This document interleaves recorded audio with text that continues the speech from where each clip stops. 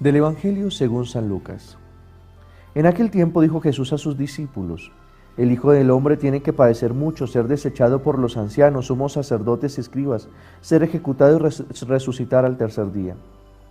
Entonces decía a todos: Si alguno quiere venir en pos de mí, que se niegue a sí mismo, tome su cruz cada día y me siga, pues el que quiera salvar su vida la perderá, pero el que pierda su vida por mi causa la salvará.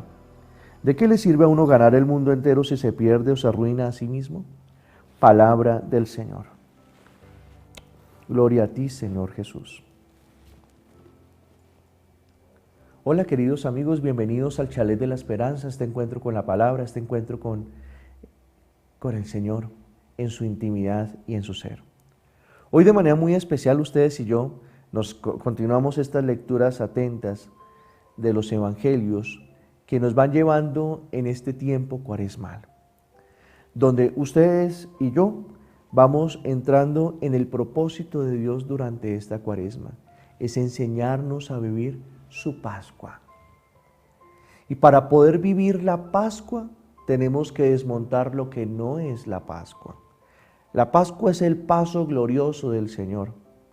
La Pascua es el paso de la esclavitud a la libertad, de la muerte a la vida. Y lo que ustedes y yo vamos a hacer es entender cómo vamos a dar ese salto, cómo vamos a dar ese brinco de la esclavitud a la libertad, de la muerte a la vida. Cómo vamos a vivir nosotros como realmente hijos de Dios, como iglesia, como hermanos, como familia cristiana. Es lo primero que nos van a colocar los textos bíblicos. Ahora bien, para lograrlo, ¿qué necesitamos? Y es lo que los relatos bíblicos nos van a colocar el día de hoy. Es entender que para poder literalmente vivir esa realidad de esclavitud a libertad, de la muerte a la vida, es necesario identificarnos con el proyecto de Jesús.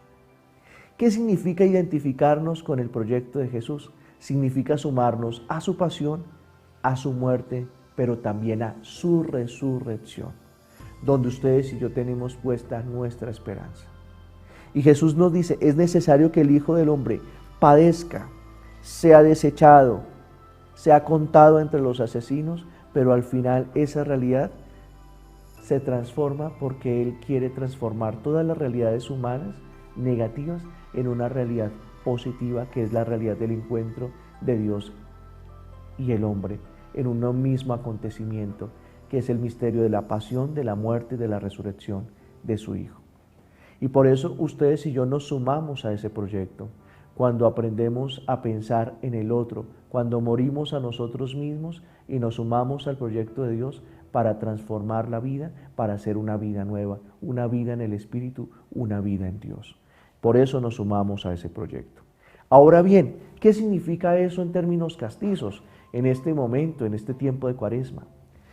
Lo que Jesús dice es, primero, entrar en un proceso de seguimiento, donde lo primero que hay que tener claro es que Él nos ha llamado, se ha fijado en nosotros, nos ha invitado a estar con Él, nos invita a dejarnos formar para luego ser enviados. Seguimiento. Segundo, negarnos a nosotros mismos. En el contexto bíblico se utiliza la expresión posponer. Para hablar de, en primera instancia, siempre tiene que estar Dios. En segunda instancia, lo que le agrada a Dios. Tercero, las cosas que a ustedes y a mí nos agradan van a comenzar a realizarse cuando sea el momento propicio, el tiempo indicado. Pero lo primero que hay que hacer es responderle a Dios. Y eso, por eso hablamos de posponer y de negarnos a nosotros mismos para que el proyecto de Dios se pueda realizar y en Él también se puedan realizar nuestros propios proyectos. Tercero, entender lo siguiente, tomar la cruz y seguirle. Cuando hablamos del acontecimiento de la cruz, y quisiera que ustedes y yo guardáramos eso en lo más profundo del corazón, cuando hablamos de la cruz, no hablamos de un signo de tristeza, de desolación, sino una realidad que al principio aparece como una realidad dolorosa, trágica. Ustedes recuerden aquella expresión que se utilizaba en los relatos del Antiguo Testamento, maldito aquel que cuelga del árbol. Pero también recuerden aquellas expresiones que aparecen en la carta a los Corintios. ¿Cuál expresión?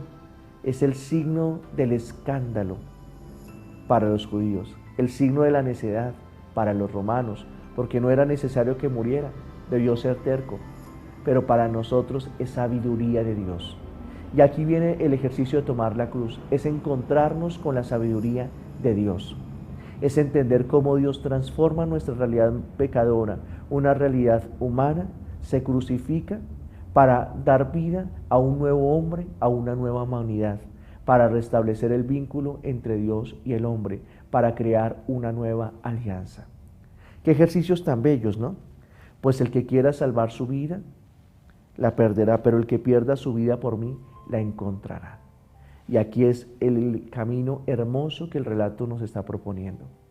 No hay otro camino para encontrar la libertad, para encontrar la vida, que asumiendo el proyecto de Jesús, su pasión, su muerte y resurrección.